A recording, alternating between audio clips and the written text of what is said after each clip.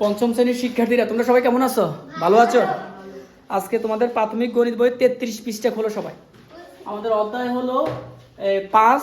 আমাদের কাজটা হলো গুণিতক এবং গুণনীয়ক সম্পর্কিত সমস্যাবলী। আমাদের 33 পৃষ্ঠায় লেখা আছে 5.6 লেখা আছে গসাগুয়ের ব্যবহার। আমরা একটু দেখি, আমাদের এই যে এখানে একটা চিত্র আছে, একটু দেখো তোমরা। 12 সেন্টিমিটার প্রস্থ এবং 18 সেন্টিমিটার দৈর্ঘ্যের একটি চক কাগজ আছে। দেখো তোমরা এখানে ছোট ছোট ছোট ছোট ঘরগুলো দেওয়া আছে না? আচ্ছা, আমরা কাগজটিকে কয়েকটি সমান বর্গাকৃতির টুকরা করি। এই কাগজটিকে এই যে ছোট ছোট ছোটগুলি বর্গ আকৃতি করছে। বর্গ আকৃতি মানে কি? আমরা এটা নিয়ে একটু আলোচনা করি। বর্গ আকৃতি, কোন আকৃতিকে আমরা বর্গ আকৃতি বলবো? বলতে পারবো তোমরা? যে আকৃতির দৈর্ঘ্য এবং কি প্রস্থ সমান, থ্যাংক ইউ, সেই আকৃতিকে আমরা বলবো বর্গ আকৃতি। তাহলে বুঝে গেলে এই যে ছোট ছোট যে ঘরগুলো আমরা দেখতে পাচ্ছি, এই প্রত্যেকটা ঘরে কিন্তু সমান দৈর্ঘ্য এবং প্রস্থ সমান। বর্গ আকৃতির টুকরা করে যেন কোনো অবশিষ্ট অংশ না থাকে, সবচেয়ে বড় বর্গের এক বাহুর দৈর্ঘ্য নির্ণয় কর। তাহলে আমরা আগে বলছি, আমাদের যখন এই সমস্যাগুলো থাকবে, এই প্রশ্নজনিত যে সমস্যাগুলো, এই সমস্যাগুলোতে কিছু কিছু কথা লেখা থাকলে আমরা বুঝবো এটা গসাগু, এটা লসাগু। আমার তার উপর লেখা থাকবে না গসাগু নির্ণয় কর। তাহলে এখানে লেখা আছে সবচেয়ে বড়, সর্বাধিক, বৃহত্তম, এইরকম যখন শব্দগুলো লেখা থাকবে তখন আমরা এটাকে কি করব? গসাগু নির্ণয় করব। গসাগু নির্ণয় করে আমরা এটা সমস্যাটা সমাধান করে ফেলব। তাহলে গসাগু নির্ণয় করতে হলে আমাকে কি করতে হবে? 12 সেন্টিমিটার এবং যে 18 সেন্টিমিটার, আমরা এই 12 এবং 18 এর গুণনীয়কগুলো আগে লিখতে হবে, ঠিক না? গুণনীয়কগুলো আগে লিখতে হবে। তো তাহলে আমরা এই কাজটা শুরু করি। আমাদের এটা হলো 5-এর 6-এর কি 1, 5-এর 6-এর 1, হ্যাঁ 5-6-এর 1। আমরা এই উদাহরণের এই অঙ্কটি এখন করব। তাহলে প্রথম যে কাজটি, সে কাজটা কি লিখবো? আমরা প্রথম লিখবো 12 এর গুণনীয়ক।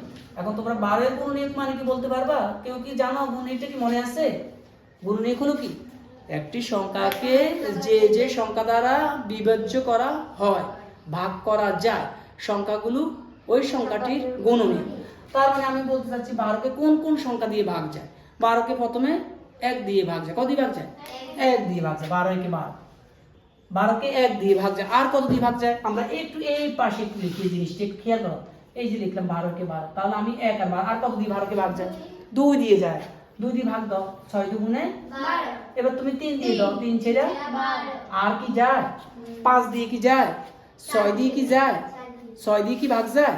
যায় না? দেখো তো, এই যে 6 দিয়ে ভাগ যায় না, 6 দুগুণে 12। তাহলে আমরা সবগুলো গুণনীয়ক কিন্তু পেয়ে গেলাম। আমরা যখন যে সংখ্যাটির গুণনীয়ক বের করব, সেই সংখ্যাটির অর্ধেক পরিমাণ সংখ্যা দিয়ে আমরা ভাগ দেওয়ার চেষ্টা করি। আমরা যখন দেখবো যে অর্ধেক পরিমাণ, সমপরিমাণ, অর্ধেক পরিমাণ সংখ্যাটি চলে আসছে, তাহলে আর ভাগ দেওয়ার চেষ্টা করবো না। তাহলে আমরা কি কি পেলাম বলো? 12 এর গুণনীয়ক কি কি পেলাম? 1 পেলাম, 2 পেলাম, 3, 4, 6 ভাগ। এই যে এরপর আমরা আর কার গুণনীয়ক বের করবো? 18। এখন 18 এর গুণনীয়কগুলো বের করতে দেখি। আমরা ওইভাবে বের করবো। দেখো, আমরা এখানে 18 লিখলাম, 1 গুণ 18। প্রত্যেকটা সংখ্যা কমপক্ষে 2টা গুণনীয়ক থাকে। কি কি? 1 এবং সংখ্যাটি, এই যে 1 এবং 18। আর কত দিয়ে যায়? 2 দিয়ে যায়। জোড় সংখ্যা হলে 2 দিয়ে যায়, 9 দুগুণে 18। আর কত দিয়ে যায়? 18 কার কয় দিতে কত দিয়ে? 3 দিয়ে যায়, 3 6 18। 4 দিয়ে যায়, 5 দিয়ে যায়, 6 দিয়ে যায়। এই যে 6 চলে আসছে, তাহলে আর চেষ্টা করার দরকার নাই। তাহলে আমরা কি কি পেলাম বলো? 1 2 3 6 9 18। তাহলে আমরা এগুলো কি? এগুলো সবগুলো গুণনীয়ক, সবগুলো। এবার এদের থেকে সাধারণ গুণনীয়কটা লিখতে হবে। তাহলে আমরা এখন কি লিখবো?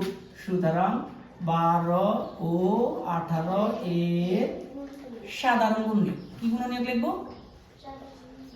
এখন সাধারণ গুণনীয়ক কোনগুলোতে বলো তো দেখি, তোমরা বলো। যে গুণনীয়কগুলো দুটি সংখ্যার মাঝখানে পাওয়া গেছে সেগুলোই হলো সাধারণ গুণনীয়ক। তাহলে আমরা কোন কোন সংখ্যাটা পেলাম? 1 পেলাম, 2 3 6, এই যে এগুলি পেলাম। এই যে 1 2 3 6, আরগুলা কিন্তু দুইটার সংখ্যাতে নাই। এগুলো হলো সাধারণ গুণনীয়ক। এখন সাধারণ গুণনীয়কের মধ্যে যেটা সবচেয়ে বড় গুণনীয়ক, সেইটাই হলো গসাগু, গরিষ্ঠ সাধারণ গুণনীয়ক। গরিষ্ঠ মানে বড়, তাহলে সুতরাং 12 ও 18 যে গসাগুটা পেলাম সেটা হলো কি বলো? 6। কত? 6। তাহলে আমাদেরকে কি বলছে এবার? আমরা সবচেয়ে বড় বর্গের এক বাহুর দৈর্ঘ্য নির্ণয়। তাহলে সবচেয়ে বড় বর্গের এক বাহুর দৈর্ঘ্য হবে 6 সেন্টিমিটার। এই যে সুতরাং সবচেয়ে বড় এক বাহুর দৈর্ঘ্য হবে 6 সেন্টিমিটার। সেন্টিমিটার। আর আমাদের এটাই হলো আমাদের 1 নম্বরের উত্তর। ঠিক আছে? হ্যাঁ, সবাই এটা করে ফেলো।